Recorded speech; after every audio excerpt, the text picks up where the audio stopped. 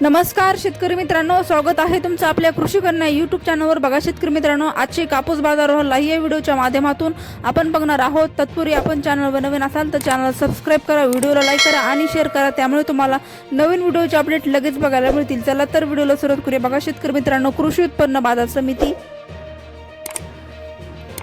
Katol अवकाली 143 quintal, किमान दर 7,100 रुपये, कमाल दर 7,600 रुपये, सर्वसाधारण दर 7,450 रुपये जात आहे. लोकल कापूस पुढील बाजार समिती अमरावती अवकाली 95 क्विंटल, किमान दर 7,400 रुपये, कमाल दर 7,700 रुपये, सर्वसाधारण दर 7,550 रुपये.